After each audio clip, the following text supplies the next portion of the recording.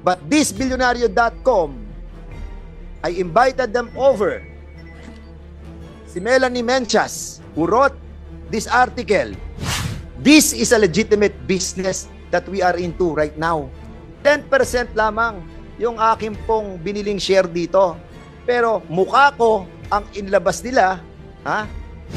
Never. Nakinontak ako. I'm working in Congress 4 times a week, Monday to Thursday. Our office is open in here daily. I have an office in my district 7 times a week. Pero alleging dito po na kinontak nyo ako, never nyo akong kinontak. Where is your factuality? Bilyonaryo.com. And even the owner, si Hil Kabakungan, kilala kita, kilala mo ako. It's either you were used by these extortionists or you were used by other people who are connected with illegal gambling. Which is which? You can never stop us. To all those media, no? Napayola kayo ng mga illegal gambling, you can never stop us. We will continue to fight. Okay. Thank you so much, everybody. Magandang umaga po. Normally, if we suspend the hearing, there's no more preliminary remarks of the chairman. But I do it twice to deliver a preliminary remarks for certain issues that come out after the filing, the hearing of this very important resolution. Resolution number 1549. Itong pong illegal gambling sa buong Calabarzon, and we expanded it through a motion of Congressman Erwin Tulfo to involve all over the country. And we acceded the request in the condition that it pertains to the resolution 1549. Never in my mind that we will encounter so many issues and problems when we started the fight against illegal gambling. Ang dami pong tawag, ang daming pressure, ang daming mga demolition, ang daming mga bagay na paninira that this representation have encountered. Madugo, maaaring madugo, maaaring talagang sisirain ang iyong personalidad, and this representation have encountered a lot of things like that. And I would like to remind our members who are here today that this experience that have been encountered by this representation might happen to you as well. But what I wanted to focus on is something that I encountered dramatically. Dahil ito po yung nangyari pa nung 1 taon, but binuhay nila ngayong pagkakataong ito. As a matter of fact, baka mga 3 days or 5 days ago lamang ito nangyari. Alam nyo, I just wanted to share yung sinulat ng Bilyonaryo.com na kung saan sinimulan yung paninira sa akin, na kung saan binabanggit nila dito yung isang bagay tungkol doon sa maliit na bahagi ko dito sa cargo airlines na to na almost 10% lamang. Pero mas pinaniwalaan nila, no, yung issue noong mga extortionist na ang trabaho nila is to attack and collect. This is the blacklist arrow na kung saan palasak ang ginagawa sa cargo airlines. This is a legitimate business that we are into right now. 10% lamang yung aking pong biniling share dito. Pero mukha ko ang inlabas nila, ha? And according to the Bilyonaryo.com, trending pa sila. At ang ginamit nilang issue ay itong mga may-ari na mga Ukrainian people na ang kanilang layunin ay wasakin ang mga kumpanya dahil sila po ang mga nagmimidel, nag-aahente sa dalawang nagkakaroon ng problema. And to all the victims, no, na biktima ng mga ito po ang sinasabi. This is the effective method used by blacklist arrow is a whole complex of illegal techniques, the purpose of which is moral and psychological pressure on companies. First, this is information pressure with threats of damage of reputation. This includes posting false and fake information on the internet or social media. In legal terms, this is called defamation, and blackmail. After this, extortion of money and the use of criminal methods of debt collection into. This is where threats, constant phone calls, and emails to managers and employees, psychological pressure, and false presentation of themselves as lawyers or even higher-ranking officials come into force. Ganito po ang ginawa sa amin last year. Ang ginawa po nila, lahat halos ng mga congressman dito, pinadala nila ng email. Lahat ng mga senador, pinadala nila ng email. No? At nung hindi naging effective, ang kinontak po nila ay mga media. Hindi ko po nila lahat ng media. But this Billionario.com, I invited them over. Si Melanie Menchas, who wrote this article and saying, dito sa kanyang sinulat, attempt by Billionario.com to contact Fernandez for comments led to a recommendation to send an email. However, an email sent to the provided address was returned and delivered the following day. Never na kinontak ako. I'm working in Congress 4 times a week, Monday to Thursday. Our office is open in here daily. I have an office in my district 7 times a week. Pero alleging dito po na kinontak nyo ako, never nyo akong kinontak. Where is your factuality? Billionario.com. And even the owner, si Hil Kabakungan, kilala kita, kilala mo ako. It's either you were used by these extortionists or you were used by other people who are connected with illegal gambling. Which is which? You can never stop us. To all those media, no? Napayola kayo ng mga illegal gambling, you can never stop us. We will continue to fight. It's better to fight and lose than never fight at all. Ang sinasabi ninyo kasi, sa media, sinasabi nila, mga nigas-tugon lang yung mga congressman. After that, wala na rin mangyayari. It's better to fight in few than not at all. Ang tagal na ng problema ng illegal gambling, years and decades ago. Problema na natin to. Pero meron pa rin mga nakikipaglaban dito. Ang sinasabi nila, yung mga congressman na yan, nagpapataas lang yung mga presyo yung mga yan. But it's better that we are fighting than not at none at all. What we are trying to say, even our ancestors, yung mga nakipaglaban sa mga Espanyol, 333 years bago nila nakuha kanilang freedom. Even mga nakipaglaban tayo sa mga Hapon, nakipaglaban tayo sa mga Amerikano, it's not an easy fight. Even the illegal gambling is not an easy fight. And you cannot even accuse us. Shame on you who are accusing us that we are just using this committee to gain something. If one or several congressmen who are here to fight and gain something, shame on them. But if one of us or all among us is fighting to eradicate illegal gambling, salute to all of us. Sana, mag-ingat naman po mga media. Huwag naman po ganyan. You join us in this fight. And don't judge the feelings and the hearts and the minds of our members in this committee. Because we are fighting for the moral values of our community and the future of our children. Yung ating pong nangyayaring mga sugalan na illegal, okay na yung legal eh. Huwag nyo nang gawing illegal. This is a lonely battle. This is a lonely battle.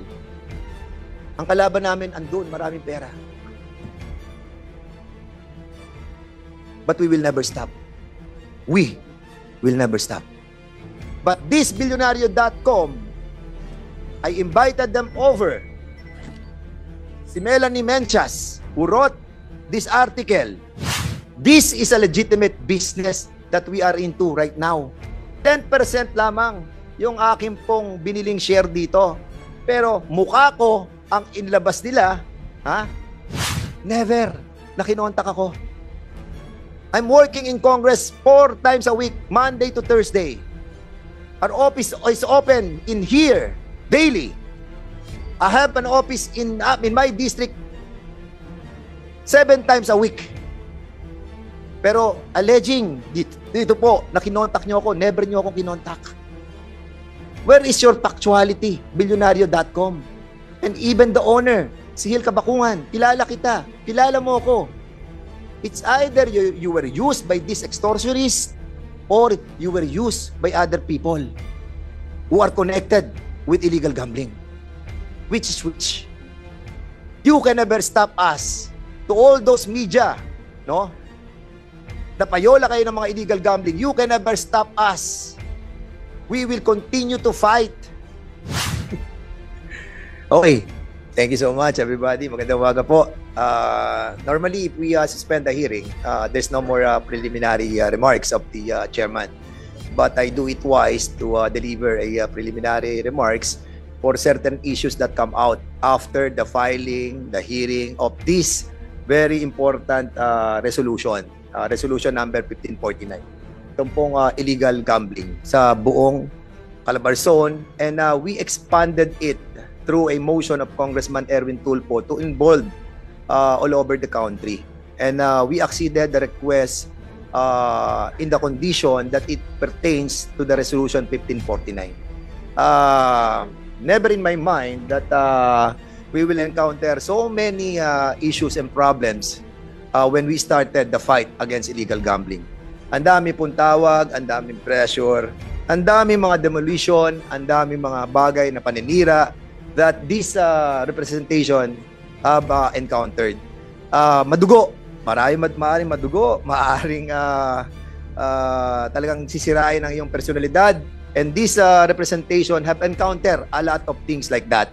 And I would like to remind our members who are here today that this experience that have been encountered by this representation might happen to you as well. But what I wanted to focus on is something that I encountered dramatically. Dahil ito po yung nangyari pa nung isang taon, but binuhay nila ngayong pagkakataong ito. As a matter of fact, baka mga 3 days or 5 days ago lamang ito nangyari. Alam nyo, I just wanted to share yung sinulat ng Bilyonaryo.com na kung saan sinimulan yung paninira sa akin, na kung saan binabanggit nila dito yung isang bagay tungkol doon sa maliit na bahagi ko dito sa cargo airlines na to na almost 10% lamang. Pero mas pinaniwalaan nila, no, yung issue noong mga extortionist na ang trabaho nila is to attack and collect. This is the blacklist arrow na kung saan palasak ang ginagawa sa cargo airlines. This is a legitimate business that we are into right now. 10% lamang yung aking pong biniling share dito. Pero mukha ko ang inlabas nila, ha? And according to the Bilyonaryo.com, trending pa sila. At ang ginamit nilang issue ay itong mga may-ari na mga Ukrainian people na ang kanilang layunin ay wasakin ang mga kumpanya dahil sila po ang mga nagmimidel, nag-aahente sa dalawang nagkakaroon ng problema. And to all the victims, no, na biktima ng mga ito po ang sinasabi. This is the effective method used by blacklist arrow is a whole complex of illegal techniques, the purpose of which is moral and psychological pressure on companies. First, this is information pressure with threats of damage of reputation. This includes posting false and fake information on the internet or social media. In legal terms, this is called defamation and blackmail. After this, extortion of money and the use of criminal methods of debt collection into. This is where threats, constant phone calls, and emails to managers and employees, psychological pressure, and false presentation of themselves as lawyers or even higher-ranking officials come into force. Ganito po ang ginawa sa amin last year. Ang ginawa po nila, lahat halos ng mga congressman dito, pinadala nila ng email. Lahat ng mga senador, pinadala nila ng email. No? At nung hindi naging effective, ang kinontak po nila ay mga media. Hindi po nila lahat ng media. But this Billionario.com, I invited them over. Si Melanie Menchas, who wrote this article and saying, dito sa kanyang sinulat, attempt by Billionario.com to contact Fernandez for comments led to a recommendation to send an email. However, an email sent to the provided address was returned and delivered the following day. Never. Nakinontak ako. I'm working in Congress 4 times a week, Monday to Thursday. Our office is open in here daily. I have an office in my district 7 times a week. Pero alleging, dito po, na kinontak nyo ako, never nyo ako kinontak. Where is your factuality? Billionario.com. And even the owner, si Hil Kabakungan, kilala kita, kilala mo ako. It's either you were used by this extortionist or you were used by other people who are connected with illegal gambling. Which is which? You can never stop us. To all those media, no? Napayola kayo ng mga illegal gambling, you can never stop us. We will continue to fight. It's better to fight and lose than never fight at all.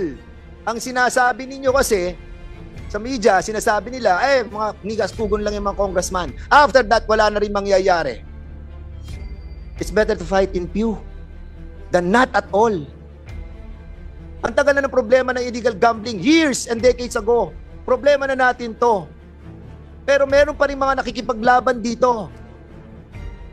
Ang sinasabi nila, yung mga congressman na yan, nagpapataas lang yung mga presyo yung mga yan. But it's better that we are fighting than none at all. What we are trying to say, even our ancestors, yung mga nakipaglaban sa mga Espanyol, 333 years bago nila nakuha kanilang freedom. Even nakipaglaban tayo sa mga Hapon, nakipaglaban tayo sa mga Amerikano, it's not an easy fight. Even the illegal gambling is not an easy fight. And you cannot even accuse us. Shame on you who are accusing us that we are just using this committee to gain something. If one or several congressmen who are here to fight and gain something, shame on them.